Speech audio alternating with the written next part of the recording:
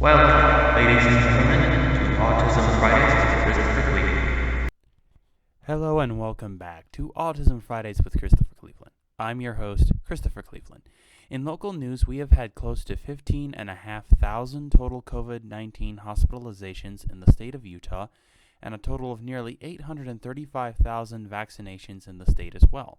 We have administered a total of nearly 1.5 million vaccine doses delivered, of which I am proud to say I am one of the over 460,000 people who was fully vaccinated against the virus.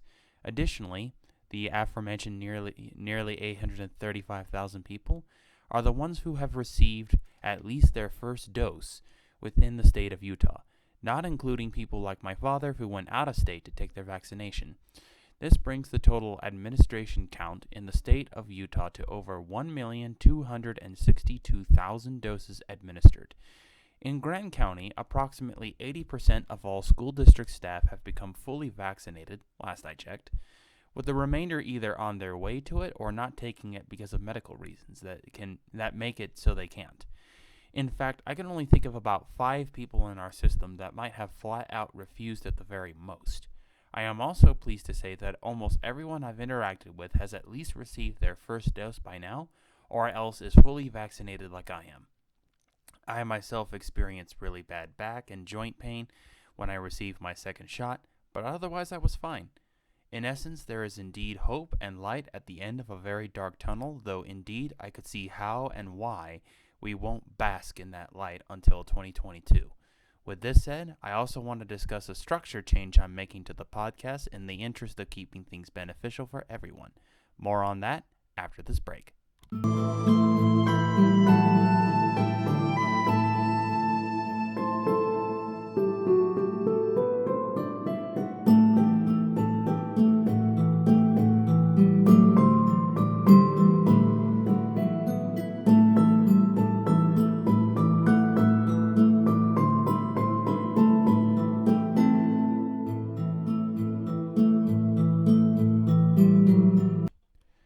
Thank you for tuning back into this episode of Autism Fridays with Christopher Cleveland. I'm your host, Christopher Cleveland. So before the break, I mentioned a structure change I decided I wanted to make to the show.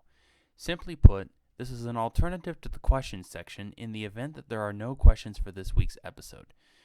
To give a little more context and credential to this proposed alternative, I am pleased to say that since the last episode ended, I am now a second-degree green belt in Ishinryu Karate. As of recording this, I am learning a Chinese kung fu called Baguazhang, which, by the way, was mastered by Jet Li, and I am on a fast track to getting a green belt patch in Bojitsu. Furthermore, I have been given authority to teach every Qigong I have learned, and even a small Tai Chi form with which I started my martial arts journey. Therefore, when there are no questions to be answered in an episode, I'll be giving you guys meditations, Qigongs, and other practices I've picked up which have worked absolute wonders for me. This structure change noted, I've been getting a lot of questions about a topic with which I decided to open this first episode. I've had questions over the last year or so about how to persuade autistic teenagers in particular to practice basic hygiene and grooming so that they can appear respectable and be approachable if for no other reason than not stinking to high heaven like a lot of teenagers do. I thought long and hard about what might be a viable solution to this problem that could also work with any situation you might find yourself in with your autistic relative. The short answer is learning the language of said relative. Before continuing, for those that don't know me, I should note that I have a current and valid teaching degree in the state of Utah. I am in the process of hopefully renewing my teaching licensure within the next couple of months or so, but I have held a teaching licensure to full term and never had it revoked for criminal reasons. I'm currently an after-school enrichment leader for the Beacon After School program, one of the top after-school programs in the country, and I am a member of Grand Area Mentoring. Until a month ago, I was also a caregiver for the elderly and physically disabled, but I am now a special needs paraprofessional at the Moab Charter School, and I am proud to say that I have had personnel there who have asked me for my opinion and assessment of a student I work with, finding ourselves almost completely in sync with what we believe could help the student grow, and as a special bonus, I am an autistic adult myself who cycled through the special education system of the public district for which I now work as a mentor and an after-school teacher. Now that my credentials are in order, let's continue to answering the question.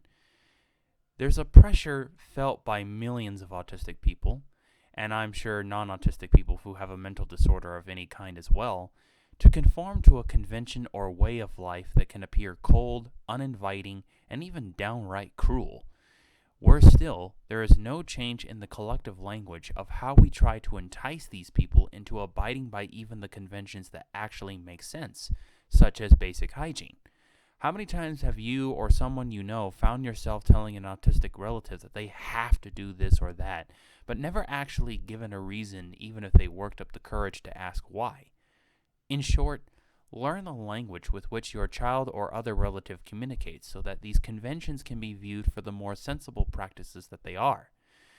This is a practice that tells them they have a voice in how they live their lives and tells them that you care about their own personal well-being and you don't just want them to look and act a way that works for you and how you think is best for that relative. All too often, parents think they're acting in the best interests of their children, and most times their intent is to do just that. But there is a significant portion of the autistic population that might not feel that this is what their parents or other relatives have done to or for them. In my own work with fellow autistics, I've found that when I make I need because statements, where I tell them what I need and specify the reason I need it from them before they can even think to ask me, I generally get more compliance.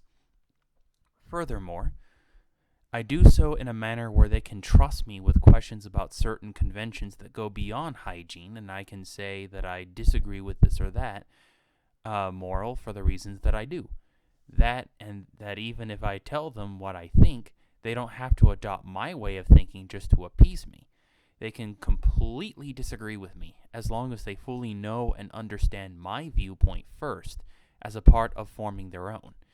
If the topic is something controversial like gay marriage, for example, I might tell an autistic student who's inquiring that I think gay marriage should be allowed because there is nothing intrinsically wrong with being homosexual.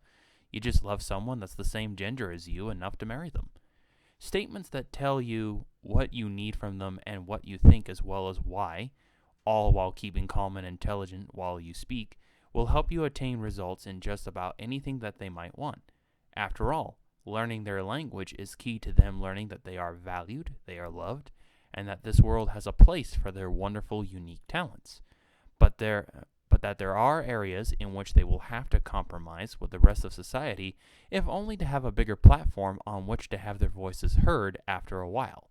I'm talking, in other words, about learning their language so that they can learn from you how to create their own place in the world with the same fundamental skills that every child needs, from education to basic grooming. And with that, going on to the next section after this break.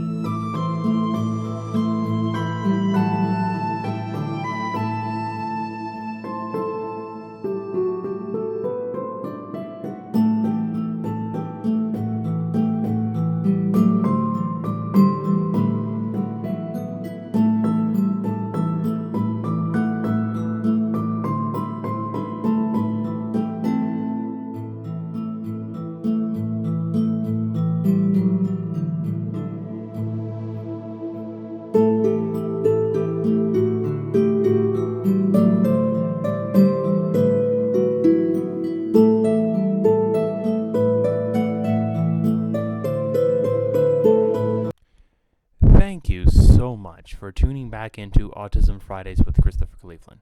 As always, I'm your host, Christopher Cleveland. For our segment Questions from Home, we have no questions that were not already addressed in the previous segment, so we're introducing our brand new segment, Simple Meditations. To set things off, I have a simple thing you can do if you have 5 minutes at your home every day. This is especially good if you're caring for children or working as a caregiver in any way, as I once did, before I got to recording this season. This can be working with an elderly person, a physically disabled person, somebody who maybe fits both. This can be for any kind of caregiving duty you might have at all. So, take about 5 minutes every day or every other day to run your hands through cold or lukewarm water and imagine that you're letting go of parasitic energies that just need an exit valve. If you use cold water, you're going to feel a very intense chill, but don't stop until you don't feel the chill at all anymore at all. That's a good sign that the practice is working. Once you've done it for about a couple minutes, 5 at the very most in most cases, shut off your valve, then dry off your hands. Trust me when I say you'll be feeling perky in no time. It's especially good if you can to run your hands through the creek water because of the silt and the nutrients that the silt can provide your hands and skin. But we don't always have that option, so for this custom, even a simple sink valve will work just fine. Come back next time for more helpful Qigongs, meditation tips, and more. Thank you so much for tuning in today. This episode is dedicated to the Moab Charter School. Do you believe your child has the potential for great things, but has trouble in the public system? Do you think your child would absolutely thrive in an environment with a smaller class size and more personalized attention? Then apply for enrollment at the Moab Charter School today for the best education experience Grand County has to offer, and let the staff know you heard about them from this podcast. They will be absolutely sure to help you get the best education possible for your child. This has been Autism Fridays with Christopher Cleveland, first episode of the 2021 season. Tune in next week for our brand new episode. You will not want to miss out. Thank you. Directed, produced, and written by Thank you for tuning in, and we'll see you next week. Hi, I'm Christopher Cleveland, creator, host, and director of Autism Fridays with Christopher Cleveland. I am a certified secondary education provider located in Moab, Utah, and I'm here to tell you about my show, Autism Fridays with Christopher Cleveland. If you wish to have optimistic, educational, humorous, fun content which holds ideas for age-appropriate discussions for your autistic child or other relative about the COVID-19 crisis and your state's related efforts to curb its spread, subscribe to my YouTube channel or join the Facebook group Autism Fridays with Christopher Cleveland today.